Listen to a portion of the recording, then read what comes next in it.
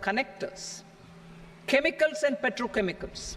To support existing and new capacities in the pipeline, I propose to increase the BCD on ammonium nitrate from 7.5% to 10%. Plastics. PVC flex banners are non-biodegradable and hazardous for environment and health. To curb their imports, I propose to raise the BCD on them from 10 to 25%.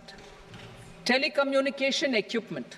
To incentivize domestic manufacturing, I propose to increase the BCD from 10 to 15% on PCBA of specified telecom equipment. Trade facilitation. To promote domestic aviation and boat and ship MRO, I propose to extend the period for export of goods imported for repairs from 6 months to 1 year. I'll read that again. To promote domestic aviation and boat and ship maintenance, repair and operations, I propose to extend the period for export of goods imported for repairs from 6 months to 1 year. In the same vein, I propose to extend the time limit for re-import of goods for repairs under warranty from 3 to 5 years. I now move to direct taxes. We will continue our efforts to simplify taxes, improve taxpayer services, provide tax certainty, and reduce litigation while enhancing revenues for funding the development and welfare schemes of the government. It has been our endeavour to simplify taxation. We have taken a number of measures in the last few years, including introduction of simplified tax regimes without exemptions and deductions for corporate tax and for personal income tax. This has been appreciated by taxpayers. 58% of corporate tax came from the simplified tax regime in the financial year 22-23. Similarly, as per data available till now, for the last fiscal, more than 2/3 have availed the new personal income tax regime. Comprehensive review of the Income Tax Act. I am now announcing a comprehensive review of the Income Tax Act 1961. The purpose is to make the Act concise, lucid, easy to read and understand. This will reduce disputes and litigation, thereby providing tax certainty to the taxpayers. I will also bring down the demand embroiled in litigation.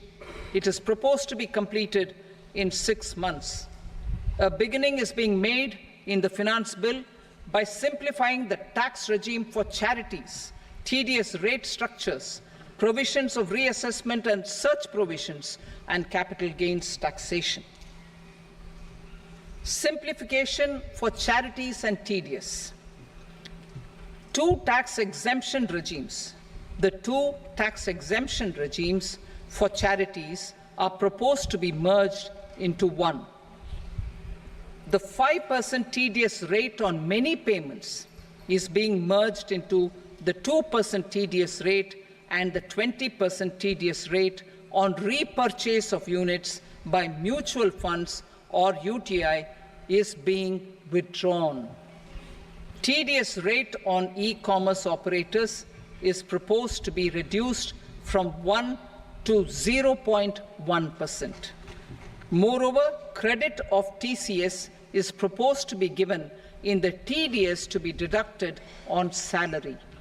Further, I propose to decriminalize delay for payment of TDS up to the due date of filing statement for the same. I also plan to provide a standard operating procedure for TDS defaults and simplify and rationalize the compounding guidelines for such defaults. Simplification of reassessment.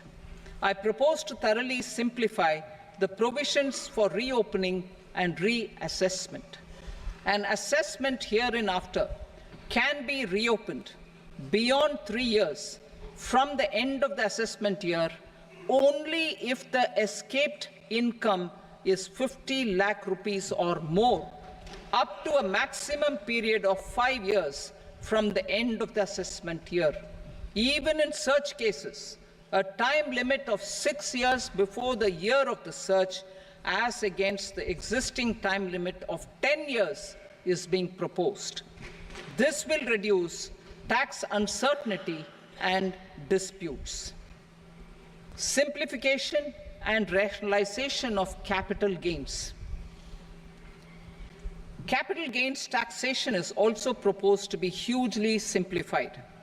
Short-term gains on certain financial assets shall henceforth attract a tax rate of 20%, while that on all other financial assets and all non-financial assets shall continue to attract the applicable tax rate.